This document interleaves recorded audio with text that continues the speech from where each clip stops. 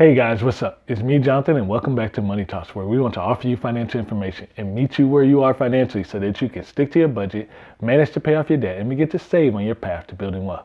Today, guys, I want to talk about Biden's plan that he revealed is a little bit part of a stimulus check update. If this is your first time joining me here on the channel, go ahead and hit that subscribe button, and you'll be notified every time I upload a new video. And if you get a moment, go ahead and hit that like button so that this video and others can be shown more on the platform.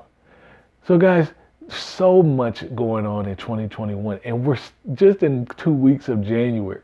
But could that be a positive thing? Well, I think so, because you want to know what type of support could be coming and what could be talked about on the horizon.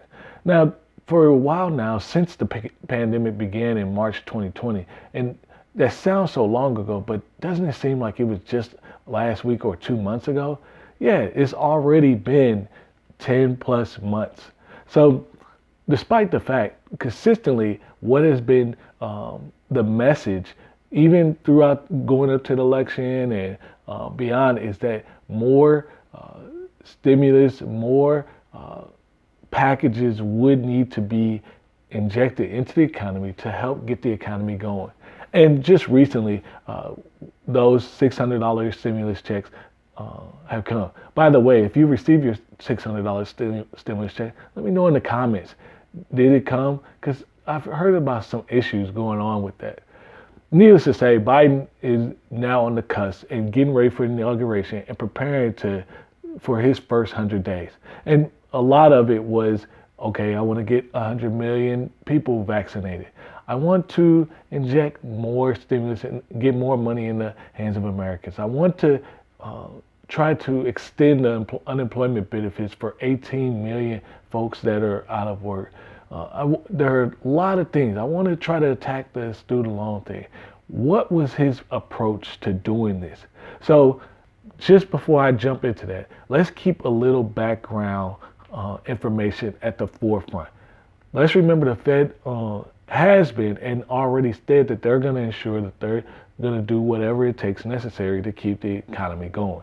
Number two, the Fed also changed their criteria for how they raise inflation, so that would not be occurring during this time. Again, unprecedented time. But what are things looming right now? So you have the pending eviction crisis. You have many people, this is the last month that they would have zero payments. And his inauguration is on the 20th. So it's interesting to see what actions he will take by bill and then executive order.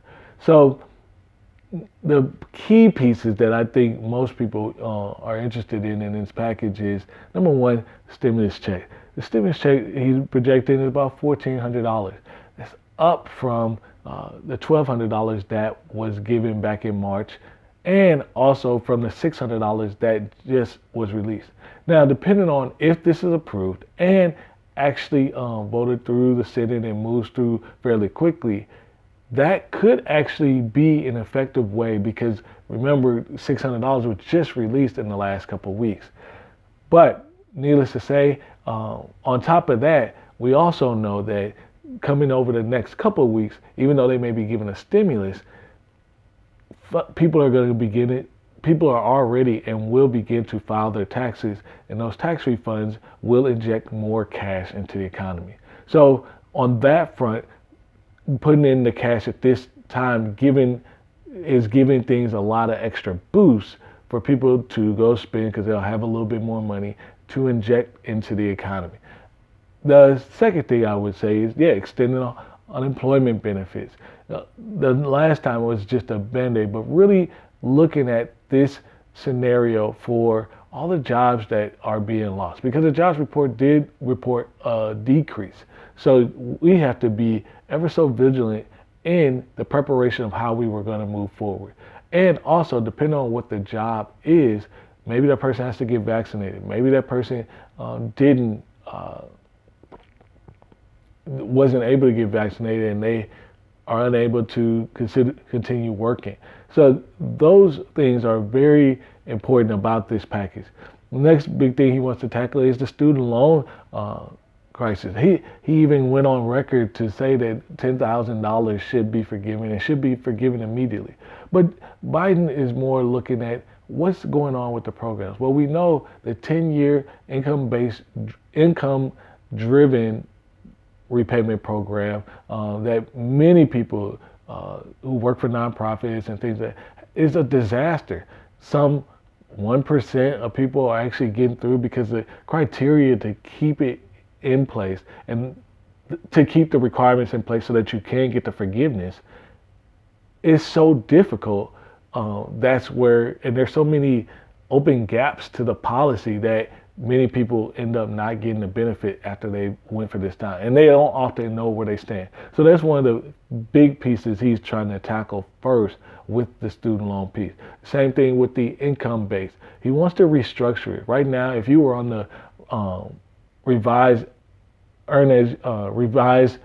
pay as you go plan, REPAYE pay as you go plan, you are paying about 10% of what's configured as your discretionary income. He wants to lower that to 5%. The other piece is after the 20, 25 years of payments, consistently paying, then the forgiveness was actually supposed to be taxable as an income. He wants to remove that restriction. So there's a lot of things in this bill, and I didn't go into what is his stance on liability protection. What is he going to do as far as the schools, and how is he going to work with the states? I wanted to give kind of the highlights that I know are kind of pressing and what's in the news and what affects a lot of people. But now you start to think about, well, Jonathan, he proposes this plan, and this is the bill he wants to send. How is it going to work? So we all know the biggest thing about this election was, number one, a Democrat won, which is good right now, or it was a positive thing because we know Democrats were largely in favor of the stimulus and doing all those things. So I agree with you guys in that manner. The second piece was the most recent election in this first week of January. Georgia turned blue, and so that helped give Democrats the more majority when it came to the Senate. Now, again, everyone that has been watching these stimulus videos, not just mine, but anyone walking through this process, you know, every time the House approves a bill that's a stimulus bill, $1.4 trillion, it gets beat down in the Senate, and the Senate is more Republican control. But just because the Democrats have what seems to be the majority does not mean when this bill is written, it will go through so quick with flying colors. Please don't believe that right now. And if there's anything you even if you don't follow our politics and understand how our democracy really functions, expect that there will be some negotiation. Expect there will be some teeth pulling. Expect there will be some back and forth. But most importantly, try to not hope, but really listen to what type of language is being used, what is being said, what is being possible. Because as you go along in this, you'll be able to see steadily what's consistently stated as, hey, they're likely to do this piece, or they're willing to do a check and they realize they're going to lose that battle, but what else? Because that's the art of our politics. You don't get to get all the things you want without some negotiation and without giving up something. So what is the things that we give up? Even if we got all those things, what are the things we have to give up? So that's my biggest piece of concern, because the situation is actually dire from a financial stress point. People are still struggling to put food on their tables. People are still trying to figure out what's the next best step, how they're going to provide for their family. And it's important for you to have quality information that you can make solid decisions for your life. Because the thing is, what if you were hinging your hopes of, oh, okay, I'm going to pay this bill, but I'm paying it because I know I'm getting another stimulus or I'm getting a tax refund in 2 weeks. Well, you don't want to do that. You want to make all your decisions based on what do you have right now. That's that's the only way you really can make your decision. You can't make your decisions based on, well, I'm going to do this because I think it's a likely chance that this may happen. No, you can only make your decision based off what are the facts right now, if the decision needs to be made right now, and if I am making a decision right now, what do I have? So when in terms of your money, that's why I always say, hey, make sure you got food on your table. Make sure you got clothes. Make sure you got a roof over your head. Make sure your car has gas in it. You have your transportation worked out. Do those things first. Then, if you have more income and you're able to make the minimum payments on your credit cards or other debt, do that.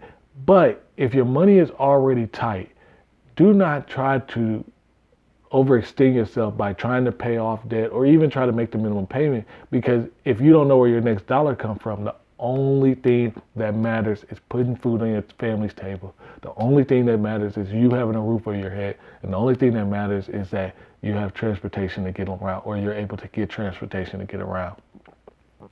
That's important for you to in your decision making, so that you can say, hey, I'm going to make a solid decision until you get more information or until something changes in your scenario.